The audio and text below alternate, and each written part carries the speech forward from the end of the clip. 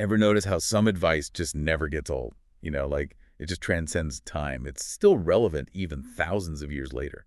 That's kind of what we're looking at today. We're going deep with Exodus 23.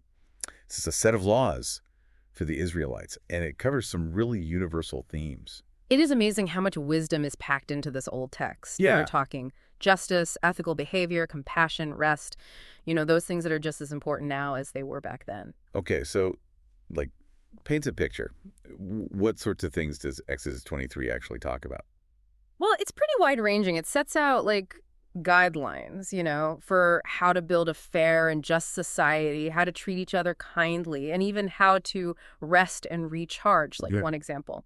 It emphasizes the importance of truth and being impartial, especially in legal So matters. like not spreading false rumors and making sure everything gets a fair hearing no matter who they are. Exactly. It warns against just going along with the crowd, especially when it comes to doing wrong. It's all about, thinking for yourself and using good judgment, Hmm. which I think is really important in our world today, with so much information and echo chambers on social media. It's like they predicted Twitter, right? Right. So it's not just about like the law, right? It's about how we treat each other personally too. Absolutely. There's this interesting passage about helping an enemy's animal if you see it struggling. Oh, wow. Might seem odd, but it speaks to a bigger idea, being compassionate, even when it's hard. So going beyond just being polite, but actually doing what's right, hmm even when it comes to someone like you don't really get along with. Exactly. It's about recognizing that all beings have worth and choosing compassion over hate. Yeah. It's that kind of small act that could maybe even de-escalate a conflict or help build bridges when you least expect it. Almost like a ripple effect, from one seemingly insignificant thing. Right. And then Exodus 23 also talks about respecting those who are vulnerable, especially foreigners. There's this powerful reminder that the Israelites were once strangers in Egypt, and it urges them to show understanding and empathy.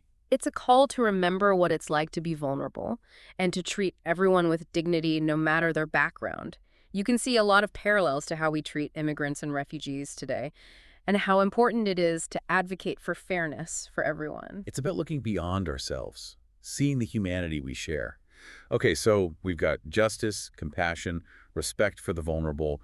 What else is in this ancient wisdom treasure chest? Well, there's a whole section on how important rest and renewal are. It talks about the Sabbath, a day of rest every week, and even a whole year of rest every 7 years. They called it a sabbatical year.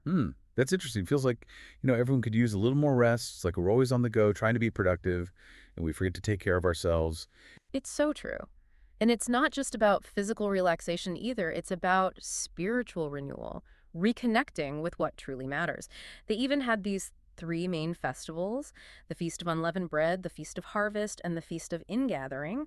They were all about the agricultural seasons, but also about remembering that they relied on something greater than themselves. So it's like they built in these rhythms of rest and celebration to help them stay grounded, connected to their faith and community. Exactly. And it makes you think, what do we do today to create that kind of balance in our own lives? What are our modern rituals for rest and renewal?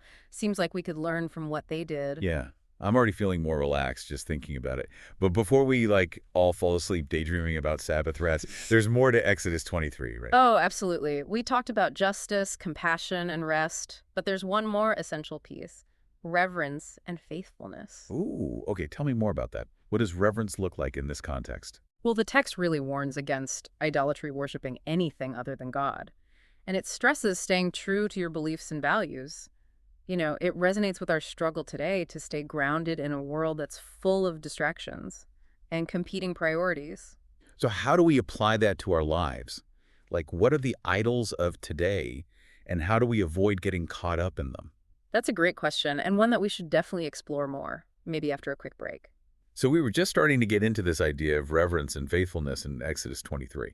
It's easy to think about idols as those gold statues from way back when. But what does idolatry actually look like today?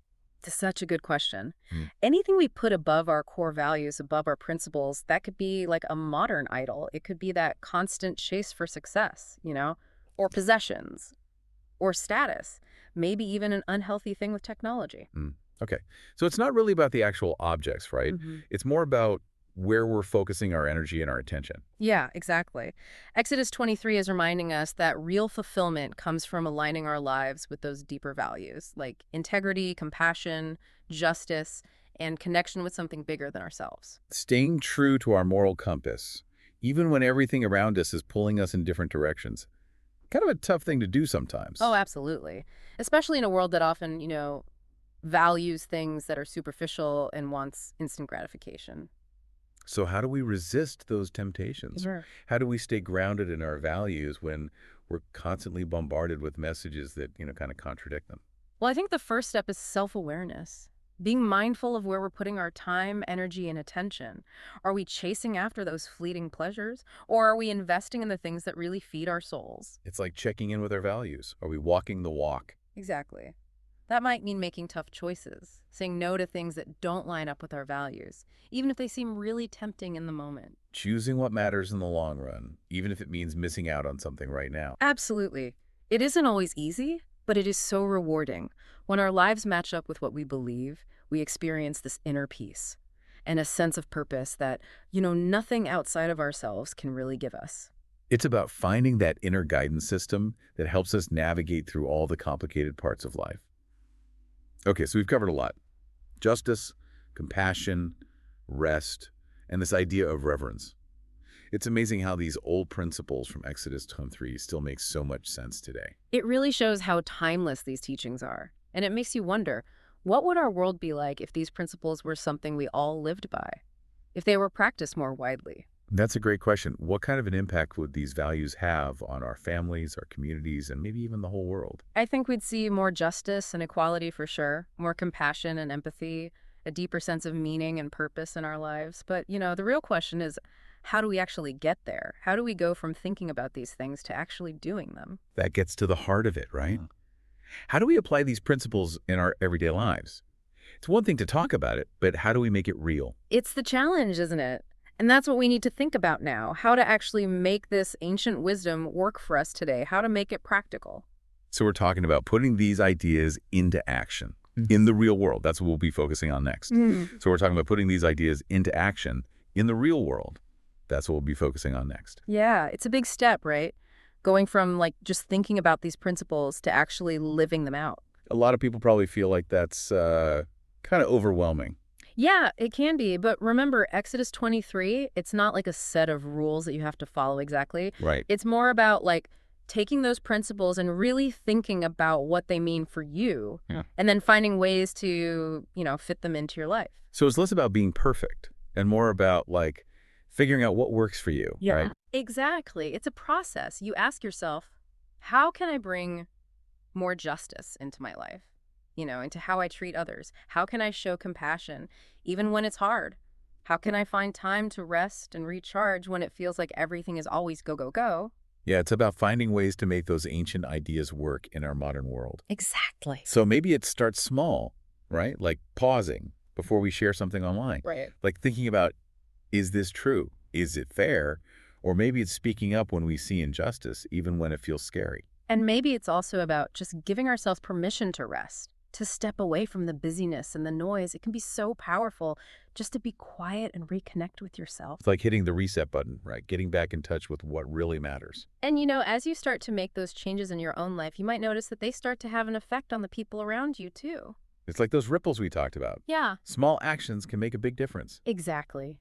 It's not always easy, but it's so worth it to strive to live a life that reflects those timeless values. Well, that about wraps up our deep dive into Exodus 23. I hope everyone listening found something that, resonated with them, something they can take with them. I hope so too. It's really about taking that ancient wisdom and making it meaningful for us today. It's about making the world a better place where justice and compassion and, yes, even rest are just, part of who we are. It's about walking the walk, not just talking the talk. Exactly. So thanks for joining us on this journey. Yeah, thanks everyone. Until next time, keep seeking truth, keep spreading kindness, and keep taking those much-needed breaks.